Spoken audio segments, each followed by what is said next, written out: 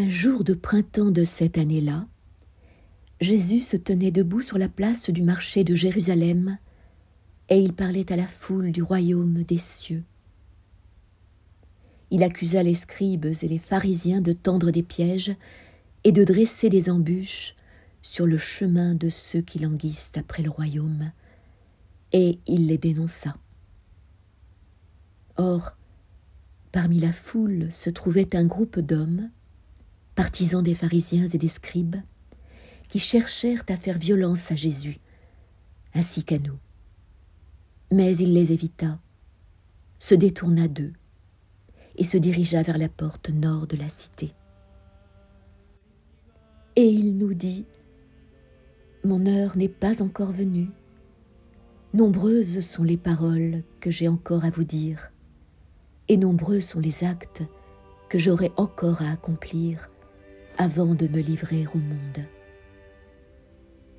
Il y avait de la joie et du rire dans sa voix quand il dit : « Allons au pays du Nord, à la rencontre du printemps. Venez avec moi sur les collines, car l'hiver est passé et les neiges du Liban s'écoulent le long des vallées pour chanter avec les ruisseaux. Les champs et les vignobles ont banni le sommeil et se sont réveillés pour accueillir le soleil avec leurs figues vertes et leurs tendres raisins. » Il marcha devant nous et nous le suivîmes, ce jour-là et le suivant. Dans l'après-midi du 3e jour, nous atteignîmes le sommet du mont Hermon, et là, debout, il laissa planer son regard sur les cités des plaines. Son visage s'illumina comme de l'or en fusion, et il ouvrit les bras en nous disant : « Admirez la terre dans sa parure verdoyante, et regardez comment les rivières ont ourlé de fils d'argent les pans de sa robe. En vérité, la terre est belle, et tout ce qui se trouve sur elle est beau. Mais il est un royaume au-delà de tout ce que vous voyez, et c'est dans ce royaume que je gouvernerai. Si tel est votre choix, et si tel est vraiment votre désir, vous aussi, vous viendrez et gouvernerez avec moi. Mon visage et le vôtre ne porteront pas de masque. Nos mains ne tiendront ni glaive ni sceptre. Nos sujets nous aimeront en paix et n'auront pas peur de nous. Ainsi parla Jésus, et tous les royaumes de la terre s'écroulèrent à mes yeux, ainsi que toutes les cités avec leurs remparts et leurs tours. Et je ne portais en mon cœur que le seul désir de suivre le Maître en son royaume. Juste à ce moment-là, Judas Iscariote s'approcha de Jésus en lui disant : « Regarde comme les royaumes du monde sont vastes, et comme les cités de David et de Salomon devront triompher des Romains. Si tu deviens le roi des Juifs, nous serons à tes côtés, avec épée et bouclier, et nous vaincrons les étrangers. » Mais lorsque Jésus entendit cela, il se tourna vers Judas, et son visage était blême de colère. Il parla d'une voix aussi terrible que le tonnerre du ciel, et lui dit : « Arrière, Satan! Penses-tu que j'ai descendu les marches du temps pour régner sur une fourmilière le temps d'une journée ? Mon trône est un trône au-delà de ta vision. Faut-il que celui dont les ailes saignent la terre cherche refuge dans un nid abandonné et oublié ?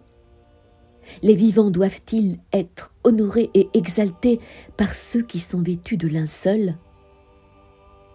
Mon royaume n'est pas de ce monde, et mon trône n'est pas bâti sur les crânes de vos ancêtres. Si vous cherchiez outre le royaume de l'esprit, alors il vaudrait mieux que vous me laissiez là et que vous descendiez dans les caveaux de vos morts, où les têtes couronnées d'antan président la cour dans leur tombe et honore, peut-être encore aujourd'hui, les ossements de vos aïeux. Osez-vous me tenter avec une couronne d'épines alors que mon front cherche les Pléiades? Si ce n'était un rêve rêvé par une race oubliée, je ne souffrirais que votre soleil se lève sur ma patience, ni que votre lune n'étende mon ombre sur votre chemin. Si ce n'était le désir d'une mère, je me serais dépouillée de mélange et me serais échappée pour retourner dans l'espace. Et si ce n'était la tristesse en vous tous, je ne serais restée pour pleurer.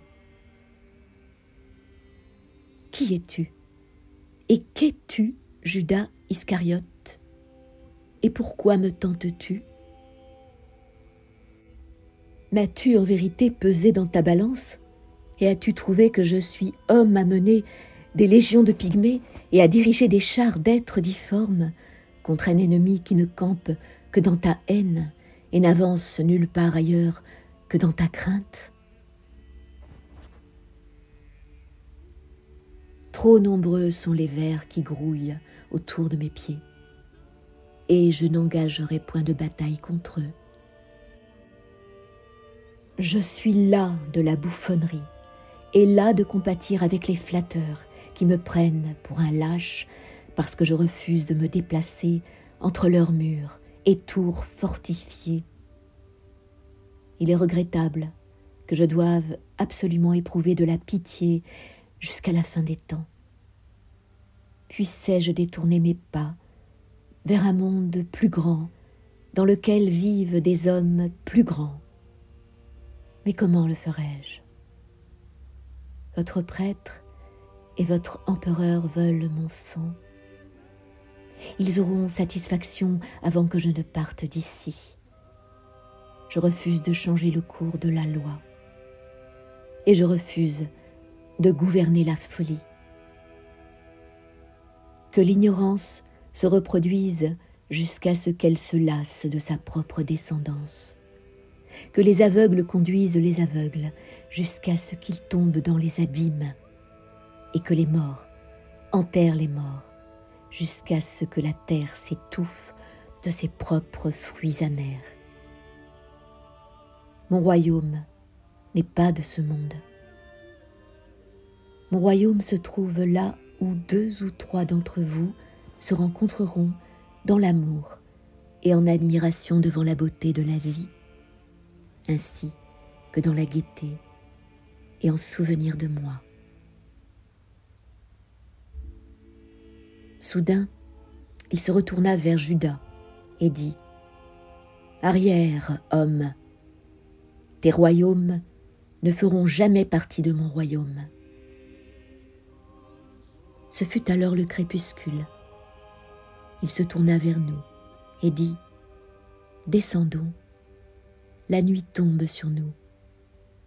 Marchons à la lumière, tant que la lumière est avec nous. » Puis il descendit les collines, et nous le suivîmes. Et Judas suivait de loin. Lorsque nous atteignîmes la plaine, il faisait nuit.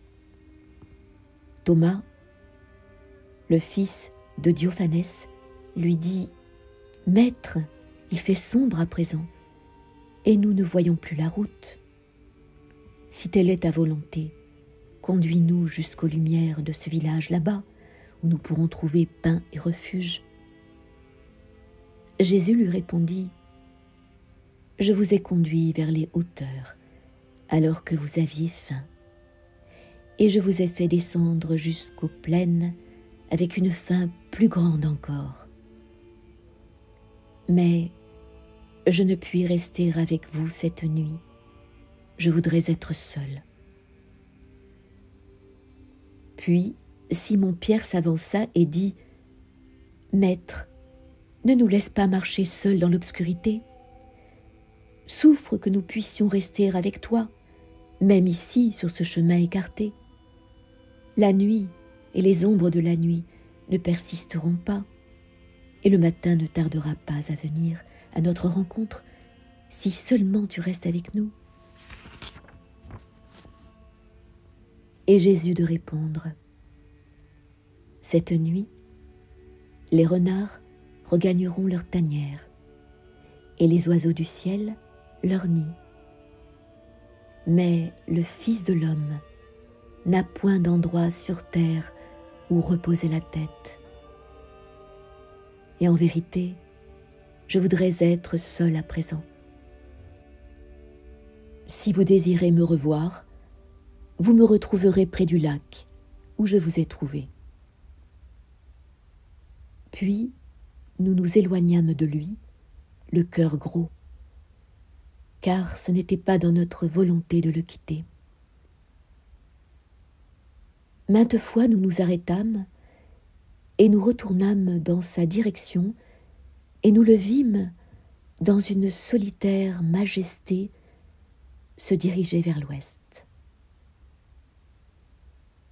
Le seul d'entre nous à ne pas se retourner pour le regarder dans sa solitude fut Judas Iscariote.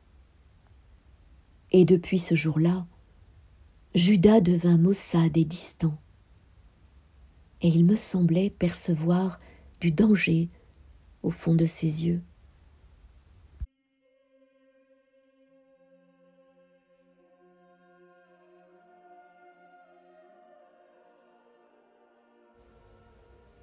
Vous avez remarqué que certains parmi nous appellent Jésus le Christ, d'autres le Verbe, et d'autres encore le Nazaréen, et d'autres encore le Fils de l'homme. Je tenterai d'éclaircir ces noms à la lumière de ce qui m'est donné. Le Christ, celui qui vivait dans les temples les plus reculés, est la flamme de Dieu qui habite l'esprit de l'homme. Il est la volonté du Seigneur. Il est le Verbe premier qui désire parler par notre voix et vivre dans notre ouïe afin que nous soyons éveillés pour mieux comprendre. Le Verbe du Seigneur, notre Dieu, éleva une demeure en chair et en os et fut un homme tel que vous et moi, car nous ne pouvions entendre la mélodie du vent qui n'a point de corps, ni voir notre moi suprême errant dans la brume. Le Christ est venu au monde plusieurs fois et a parcouru bien des terres. Et il a toujours été considéré comme un étranger et un dément. Cependant, l'écho de sa voix ne s'est jamais réduit à néant, car la mémoire de l'homme conserve ce que l'esprit néglige de conserver. Celui-là même est le Christ, l'invisible et l'omniprésent, qui accompagne l'homme vers l'éternité. N'avez-vous pas entendu parler de lui sur les routes des Indes, dans les terres des mages et sur les dunes de l'Égypte? Ici, dans votre pays du Nord, vos poètes chantèrent jadis Prométhée, celui qui apporta le feu au monde, et en qui l'homme put réaliser ses désirs et libérer ses espérances enchaînées. Et Orphée, qui avec une voix et une lyre insuffla l'esprit dans l'homme et dans le fauve. Et n'avez-vous pas entendu parler de Mithra, le roi, et de Zoroastre, le prophète des Perses, qui s'éveillèrent du sommeil premier de l'homme et se tinrent au chevet de nos rêves?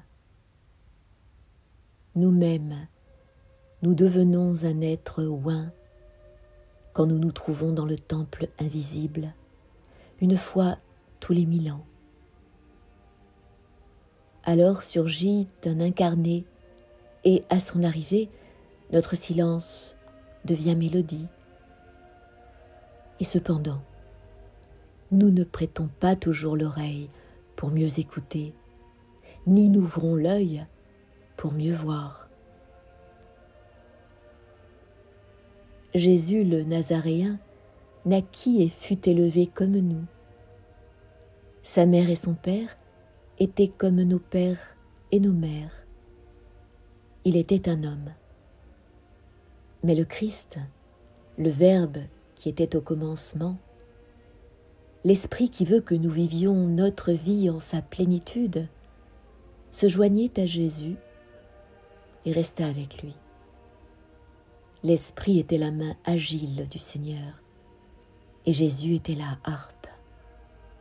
L'Esprit était le psaume et Jésus en était le chant. Jésus, l'homme de Nazareth, était l'hôte et le porte-voix du Christ qui marchait avec nous au soleil et nous étions ses amis. En ces jours, les collines de Galilée et ses vallées n'entendaient que sa voix. Et moi, j'étais alors jeune, je suivais son chemin et marchais sur les traces de ses pas. Je suivais ses pas pour entendre les paroles du Christ des lèvres de Jésus de Galilée. À présent, vous voudriez savoir pourquoi certains parmi nous l'appelaient le Fils de l'homme ? Lui-même désirait être appelé ainsi, car il connaissait la faim et la soif de l'homme, et admirait l'homme en quête de son moi suprême. Le Fils de l'homme était Christ le gracieux qui voulait être avec nous.